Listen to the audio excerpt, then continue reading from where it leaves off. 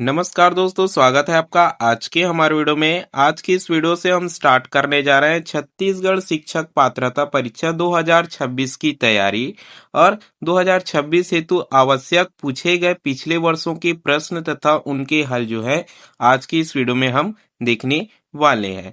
आप सभी ने यदि डीएलएड के कोर्स में या फिर बीएड के कोर्स में इनरोल कर लिया है, एडमिशन ले लिया है या फिर पिछले वर्ष से एडमिशन लिए हो या फिर कंप्लीट कर चुके हो, तो आप सभी को बहुत अच्छे से पता होगा कि आपको जो है वो शिक्षक बनने के लिए टेट की परीक्षा जो है वो पास करनी होती है, जिसकी एग्जामिनेशन की डेट जो है वो आ चुकी है। फॉर्म जो है वो अभी लाइव है, अप्लाई जो है वो किया जा रहा है।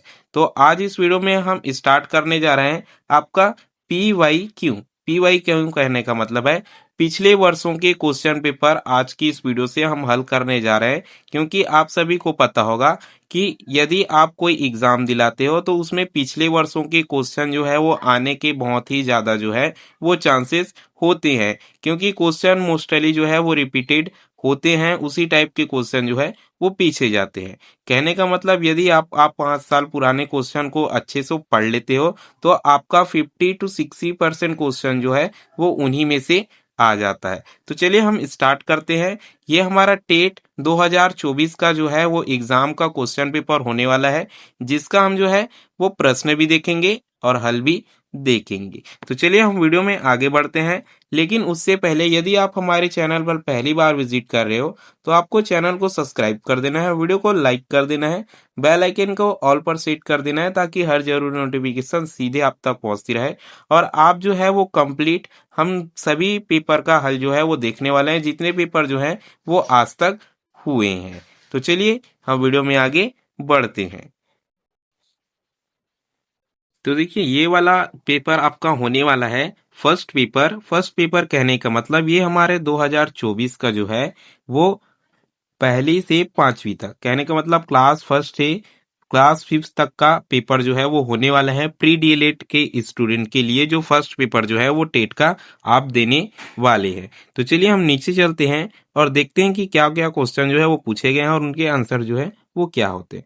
देखिए ये हमारा जो है वो पार्ट 1 होने वाला है, चाइल्ड डेवलपमेंट एंड जो है वो पेडागॉगी, बाल विकास एवं शिक्षा शास्त्र।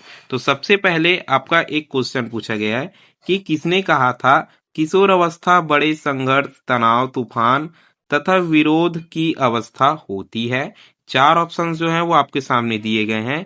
ए crow and crow, B Stanley Hall, C Hart और डी आपका दिया है सिम्पसन। ठीक इसी प्रकार के क्वेश्चन जो है वो आपके एग्जाम में आएंगे और आपको जो है वो किसी एक आंसर का चुनाव जो है वो करना होगा और आपने आंसर पत्र में जो है वो किसी एक में जो है वो आपको गोला पूर्ण करना होगा, मतलब आंसर जो है वो देना होगा। तो ठीक इसी प्रकार आपके सामने ऑप्शन जो है वो अपीयर होंगे। तो चलिए यदि आपको ऑप्शंस का आंसर जो है वो पहले से पता है तो आपको कमेंट बॉक्स में जो है वो कमेंट कर देना है ताकि हम जान सके कि आपको कितने क्वेश्चन जो है वो पहले से आते हैं। तो पहला क्वेश्चन का हमारा सही आंसर क्या होने वाला है, किशोर अवस्था बड़े संघर्ष, तनाव, तूफान तथा विरोध की अवस्था होती है, ये कहा था हमारे स्टेनले हॉल ने। तो इसका सही आंसर जो है वो ऑप्शन नंबर बी हो जाएगा। अब क्वेश्चन नंबर 2 देखिए, यदि आपको जो है वो आंसर पता होगा तो आप पहले से ही कमेंट कर दीजिए ताकि हमें जो है वो पता चल सके। संज्ञात्मक विकास की पूर्व संक्रियात्मक अवस्था की अवधि है। फिर से आपके पास 4 ऑप्शन जो हैं वो होंगे। पहला 11 वर्ष से अधिक, दूसरा 7 से 11 वर्ष तक, तीसरा 2 से 7 वर्ष तक और ऑप्शन नंबर 4 डी जन्म से 2 वर्ष तक। ठीक है, तो क्वेश्चन को सबसे पहले आपको अच्छे से समझना है तभी आपको जो है वो आंसर देना है। संज्ञात्मक विकास की पूर्व संक्रियात्मक अवस्था की अवधि, ठीक है, क्या होती है आपकी ऑप्शन नंबर सी जो है वो सही हो जाएगा। 2 से 7 वर्ष तक जो है वो इसका सही आंसर आपका हो जाता है। अब बढ़ते हैं अगले क्वेश्चन की ओर। क्वेश्चन नंबर 3 हमारा क्या कहता है, तर्क, जिज्ञासा और निरीक्षण शक्ति का विकास की आयु में होता है। ठीक है, तर्क, जिज्ञासा और निरीक्षण शक्ति का विकास जो है वो किस आयु में होता है, आपको जो है वो बताना है। 4 ऑप्शन है, वर्ष 7 या फिर 7 वर्ष की आयु में, 6 वर्ष की आयु में, 9 वर्ष की आयु में कि 11 वर्ष की आयु में। यदि आपको आंसर पता है तो आप पहले से कमेंट कर दीजिए और इसका सही आंसर हमारा हो जाएगा 9 वर्ष की आयु में। अब देखते हैं अगला क्वेश्चन हमारा क्या दिया गया है। क्वेश्चन नंबर जहाँ जे पियाजे द्वारा प्रतिस्थापित सिद्धांत है। ठीक है, जे पियाजे ने कौन सा सिद्धांत जो है वो दिया था, प्रतिस्थापित जो है वो किया था। संज्ञात्मक विकास ऑप्शन नंबर बी, गामक विकास ऑप्शन नंबर सी, सामाजिक विकास और ऑप्शन नंबर डी शारीरिक विकास। 4 ऑप्शन आपके पास है, आपको ऑप्शन जो है वो इसी में से चुनना है। इसका हमारा सही आंसर क्या हो जाएगा, जे पियाजे द्वारा प्रतिस्थापित सिद्धांत कौन सा है, संज्ञात्मक विकास। ऑप्शन नंबर ए इसका जो है वो सही आंसर आपका हो जाएगा। अब देखिए क्वेश्चन नंबर 5, यह कथन किसका है। ठीक है, शैश अवस्था में सीखने की सीमा और तीव्रता विकास की और किसी अवस्था की तुलना में बहुत अधिक होती है।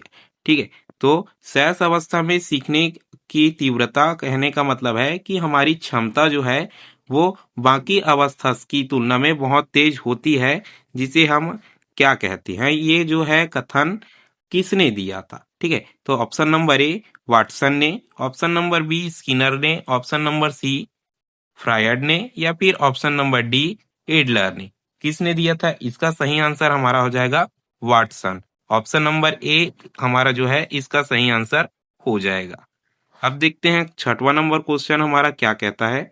किशोर अवस्था में विकास प्रक्रिया में शामिल नहीं है। ठीक है, किशोर अवस्था में विकास प्रक्रिया में जो है वो शामिल नहीं है, कहने का मतलब किशोर अवस्था में कौन सा विकास जो है वो नहीं होता।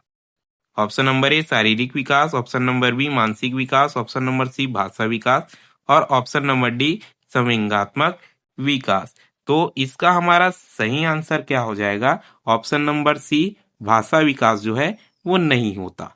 ठीक है, अब देखिए ऑप्शन नंबर 7 देखते हैं। बालक का विकास प्रारंभ होता है।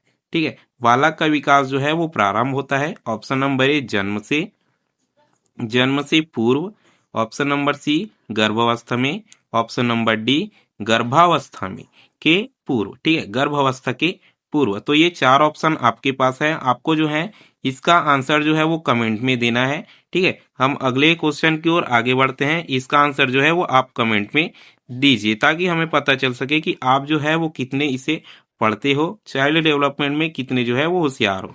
अब देखिए क्वेश्चन नंबर 8 हम देखते हैं। व्यक्तिगत मनोविज्ञान का जन्मदाता कौन है।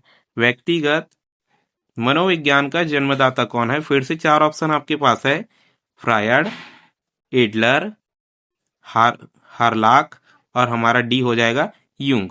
ये 4 ऑप्शन आपके पास है, आपको जो है वो किसी एक ऑप्शन को चूज करना है। यदि आपके पास सही आंसर है और आप सही आंसर पहचान गए हो तो कमेंट बॉक्स में जो है आपको कमेंट कर देना है, और यदि नहीं पहचाने हो तो व्यक्तिगत मनोविज्ञान का जन्मदाता जो है वो हमारे एडलर को कहा जाता है। सही आंसर आप नोट करके रख लीजिए।